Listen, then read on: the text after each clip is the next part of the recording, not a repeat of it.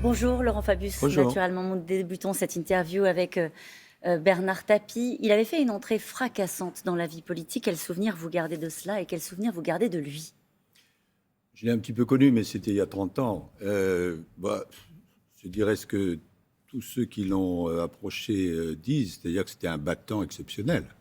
Bon, alors, tant qu'il a été vivant, il y a eu des controverses invraisemblables. Oui. Bon, maintenant, je crois que l'hommage est unanime. Qu'est-ce que Mitterrand aimait de lui? Sa capacité de convaincre. Tapie était un homme très intelligent et qui avait un charisme au sens étymologique, c'est-à-dire une force, une grâce. Et Mitterrand était sensible à ça. C'était l'arme anti-FN de François Mitterrand. Il a bataillé contre l'extrême droite, contre Jean-Marie Le Pen. Oui.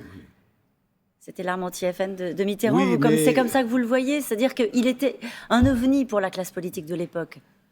Oui, mais c'est surtout, je crois qu'il y avait une affinité entre Mitterrand et lui. Mais sur quoi? Ils apparaissaient si différents. Oui, mais Mitterrand avait une phrase qu'il empruntait à Aristide Briand. Aristide Briand, quand on lui disait « Qu'est-ce que c'est que la politique ?»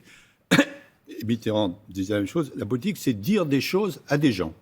Oui. Dire des choses à des gens. Ça, il savait faire. Mitterrand et Tapie. Et sur le regard que vous portiez à l'époque, je sais que c'était il y a 30 ans, mais quand même, vous étiez à l'époque premier secrétaire du Parti Socialiste. En 92, il devient ministre.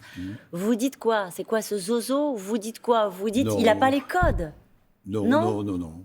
Moi, je n'avais pas eu de réaction particulière, mais ce qui est vrai, et c'est le sens de votre question, c'est que les politiques traditionnelles ne l'ont pas vu arriver avec enthousiasme.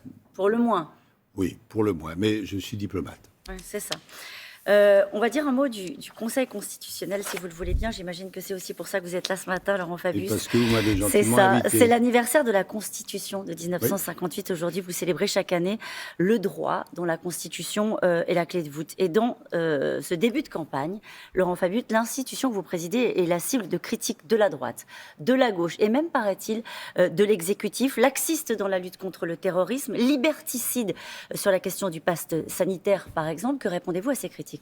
Deux réponses. D'abord, je vais expliquer en 30 secondes ce que c'est que le Conseil constitutionnel. Avant la Ve République, la loi pouvait tout faire. Depuis la Ve République, au-dessus de la loi, il y a la Constitution. La Constitution, c'est vraiment la base, ce sont les principes généraux qu'on n'a pas le droit de toucher. Et il faut bien qu'il y ait un organisme qui vérifie si les lois sont conformes à la Constitution ou pas, c'est le Conseil constitutionnel. Donc nous sommes garants de l'état de droit. Alors, ça ne plaît pas à tout le monde. Et donc, il y a, il ne faut pas exagérer quand même, un certain nombre de critiques, mais ce que j'observe, c'est qu'elles sont en général contradictoires. C'est-à-dire que parfois, on reproche au Conseil constitutionnel de faire la part trop belle aux libertés, et parfois, on reproche au Conseil constitutionnel de, par exemple, ne pas assez lutter contre le terrorisme. C'est ça. Nous, notre rôle, ce n'est pas du tout de juger en opportunité politique. Ça ne nous intéresse pas. C'est de regarder si les lois dont nous sommes saisis sont ou non conformes à l'état de droit. Alors, on peut modifier l'état du droit, mais l'état de droit, il faut le respecter. Juger en opportunité politique, c'est précisément la phrase qui a été rapportée du président de la République. C'est ce qu'il aurait dit sur le Conseil constitutionnel. Vous y croyez? Parce que le président de la République est le garant de l'indépendance de la justice. Ce serait grave s'il avait prononcé une phrase comme ça? Je ne vais pas faire des si, des si, des si. Bon, on ne va pas faire des si, mais on va évoquer des choses très précises. Marine Le Pen dit « Le Conseil constitutionnel est très prompt à censurer les mesures contre l'immigration légale et illégale. Il ne trouve rien à redire contre le pass sanitaire qui entrave la liberté des Français. » Mais ça, c'est un des exemples que je vous citais tout à l'heure. C'est-à-dire que certains nous disent « Vous protégez trop les libertés » et d'autres « Vous protégez pas assez les libertés ». En fait, nous n'avons pas du tout à nous prononcer en opportunité politique. Nous jugeons en droit. Il y a des garanties, les libertés font partie des principes qu'il faut défendre. Mais comment vous expliquez ces critiques qui se formulent contre le Conseil constitutionnel ou l'idée de dire on s'affranchira du Conseil constitutionnel? Est-ce que vous avez noté, madame, qu'il y a une campagne électorale? Ça ne m'a pas échappé. Moi non plus. Mais ça, quand vous voyez par exemple que Michel Barnier ou que Xavier Bertrand, par exemple, souhaitent que la Constitution garantisse au Parlement le droit de définir des quotas annuels d'étrangers autorisés à entrer en France. Les quotas d'immigration, c'est contraire à la Constitution, à la Convention de Genève, au traité européen. Ça, c'est l'effet de la campagne électorale. Ça vous surprend plus? Ça ne me surprend pas, mais je n'ai pas à entrer dans la campagne électorale. Je vous répète, on peut modifier certains éléments du droit, c'est normal, le législateur peut le faire, c'est sa prérogative. Mais il y a des principes généraux du droit qui vous garantissent, qui nous garantissent tous, cela, on ne peut pas y toucher. Mais vous diriez qu'il y a une dérive de la part de l'ensemble de la classe politique vis-à-vis justement de cet état de droit qu'il faut protéger? Non, on a entendu pendant cette campagne qu'on était en dictature. Non, ça n'a pas de sens. Ce soir, au Conseil constitutionnel, nous accueillons des gens qui vraiment ont à souffrir de la dictature. Par exemple, Madame Tikhanovskaya, qui a été élue en fait présidente de la République en Biélorussie, et le dictateur local a dit c'est moi qui ai gagné. Alors là, on peut parler de dictature.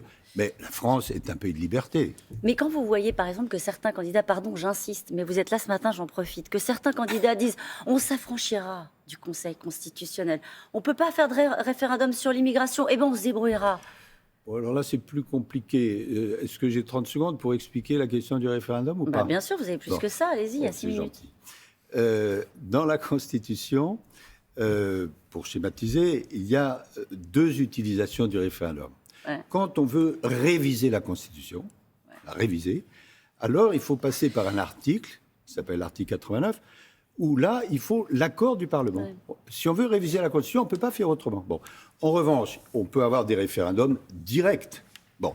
Mais pas pour réviser la Constitution. Et la question de l'immigration est proposée par certains pour faire l'objet d'un référendum. Et là, nous n'avons pas de jurisprudence là-dessus. Donc ça n'est pas possible, ça ne serait pas possible. Non, je ne dis pas ça. Je dis que si nous sommes saisis de la question, il faudra que nous tranchions. Quand vous entendez certains candidats qui disent « le souverain, c'est le peuple, la Constitution doit être l'expression de sa volonté ». Oui, c'est vrai.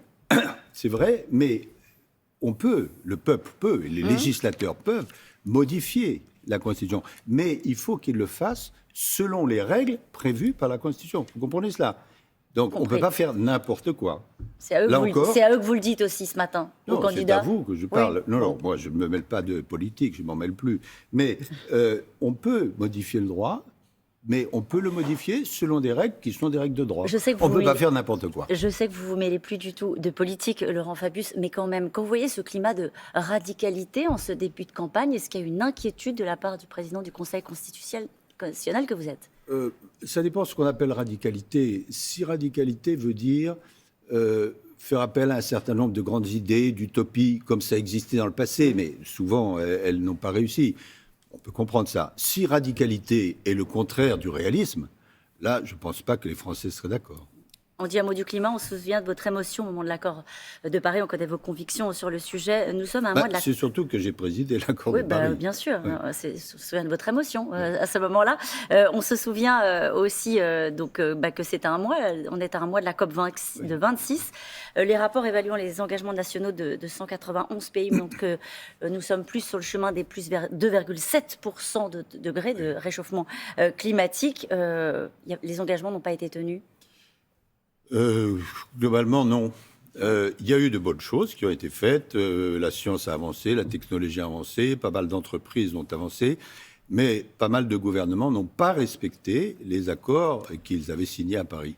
Et donc, tout l'objet de la COP26, d'ailleurs, le président de la COP26 vient à Paris demain et je le verrai, tout l'objet de la COP26, c'est de dire 3 choses. Premièrement, voilà comment on va appliquer l'accord de Paris.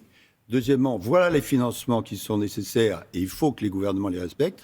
Et troisièmement, il faut garder le cap de plus 1,5 degré, qui n'est pas du tout conservé. C'est pas trop tard. Non, à condition qu'il y ait la volonté commune d'avancer. Et c'est ça l'effort qu'il faut faire, mais ça se présente très difficilement. Est-ce que vous pensez qu'il faut une forme de radicalité pour le réchauffement climatique, pour le coup? Je n'emploierai pas ce mot, mais il faut certainement être plus efficace et plus exigeant qu'on l'a été jusqu'ici. Sinon, je reprends les paroles du secrétaire général des Nations Unies la semaine dernière. Il a dit, si on ne fait pas cela, l'avenir sera catastrophique. Merci, Laurent Fabius, d'avoir été notre invité ce matin. Je ne veux pas finir sur ce côté négatif. Je cherchais un trait d'humour, mais je n'ai pas trouvé. oreilles pour l'humour. Bon, bah voilà, oui, chacun son Avec métier. les oreilles qui arrivent. Merci beaucoup, en tout cas. Oui, à Merci. chacun ses spécialités.